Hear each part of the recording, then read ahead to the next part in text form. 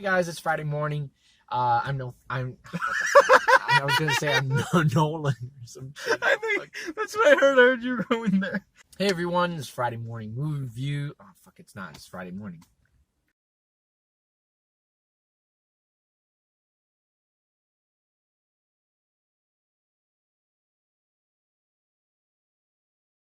Hey everybody, it's Friday morning. I'm Louis Angel. I'm Nathan CK. We're here to review Joker, brand new film. Yep. As of last week, Joaquin Phoenix. He plays the Joker. He plays this wild animal, madman, insane clown, prince of crime, and is directed by Todd Phillips, who did War Dogs and the Hangover movies.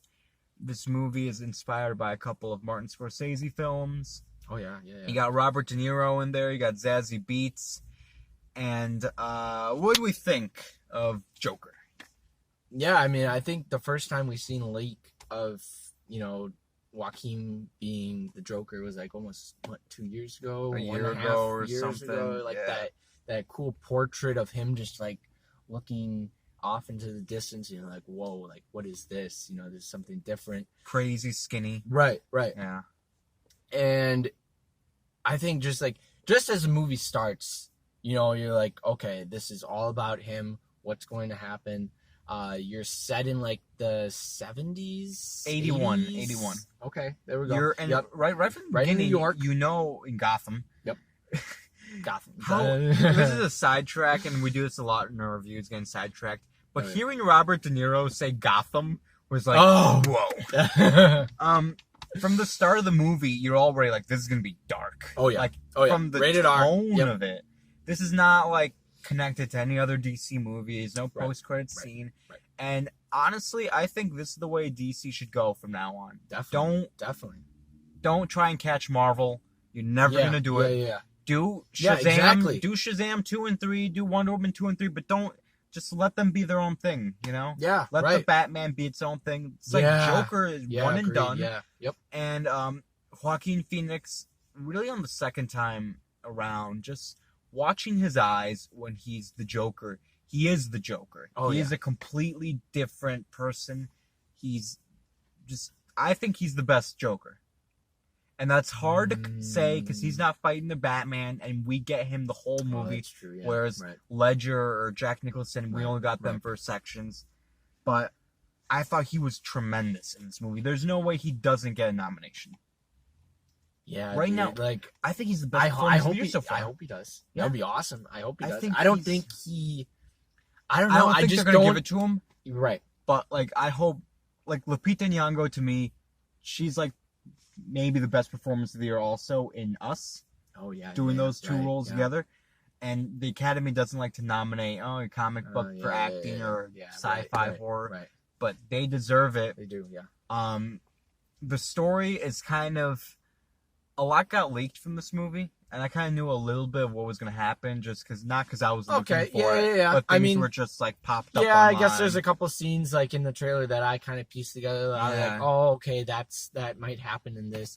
But going back to the movie itself, I mean, I love the direction. I loved the movie. I think you really have to pay attention to the story. The writing's amazing. Just everything like that. There's little details. Of course, this might not be the Joker that you intended to see because this is not an action Heath Ledger, this is not all that stuff. Yeah. But this is it's an art film.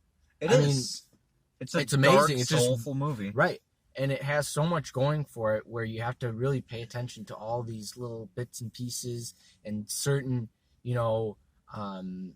just things like movements or certain things with your eyes or certain speech, just pay attention. Man. Just pay attention to footwork everything, right? That he does, the way he moves, the way he holds himself when he's down. Yeah. And he's the protagonist. That does not mean that he's a good person. Yeah, he's a good guy. Yeah.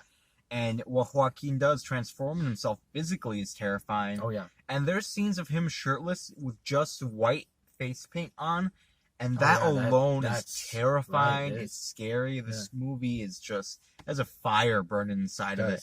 But it switches so drastically to one, in a couple seconds, you could be like, oh, this is freaking me out. There's whatever, a scene and then you're in like, here that then is horrifying. Then in the same instance, you're laughing. You laugh, yeah. You know, like he'll do something like scratch off something on the sign, yeah. and then you're like, oh, that's hilarious. Yeah. Or he'll start laughing, and you're like, like his laugh's strange. Or dancing, and the dancing scenes, that's like, I was getting like Black Swan vibes. Right. And I feel like what the that was, it going mad. was like a certain ritual like he did. It was like, before or after said something happened. Well, the dancing to me, when there were scenes where I felt like he wasn't, like Arthur Fleck wasn't in the driver's seat anymore. It was the Joker. Yeah. And we were talking about the laugh earlier, I interpreted it as that's the Joker trying to break out of this guy.